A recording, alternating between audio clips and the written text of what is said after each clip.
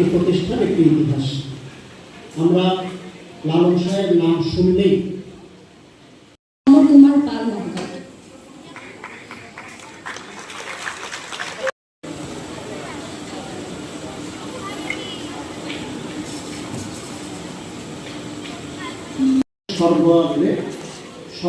সর্বোচ্চ আসনে বসিয়ে আজ থেকে 100 লোক সংস্কৃতি গবেষক এবং ডক্টর রোকসানা পারভীন, অধ্যাপক ও বিভাগীয় প্রধান, 135তম কিলোগ্রাম দিবস উদযাপন উপলক্ষে আয়োজিত এই আলোচনা সভা এবং সাংস্কৃতিক সন্ধ্যায় পরিচয় তার ধর্ম দিয়ে নয়, কর্ম উন্নয়ন সত্য দিয়ে।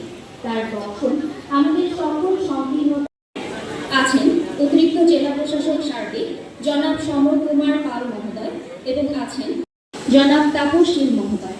এছাড়াও আছেন আমাদের মাঝে জনাব জাকির হোসেন, অতিরিক্ত পুলিশ সুপার ডিএস, বিভিন্ন কর্মকর্তাবৃন্দ এবং সামনে দেখতে পাচ্ছি শ্রদ্ধাভাজন লালনের গান ও ভাটি বাংলা গীতি কবিতা এক মানবতাবাদী সেতু পথ। বিবাদ বিভেদের পথে না গিয়ে তারা সমন্বয় মিলনের অভিনব বাণী প্রচার করেছেন। উপভোগ করার জন্য, দেখার জন্য অনুরোধ জানাচ্ছি।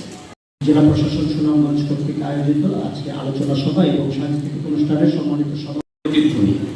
বাংলার লোক সংস্কৃতির বিশাল ভান্ডারে যে ধারা মানবতাবাদ ও আধ্যাত্মিকতা, তারা সবাই কিন্তু লালনকে অনুসরণ করেছে।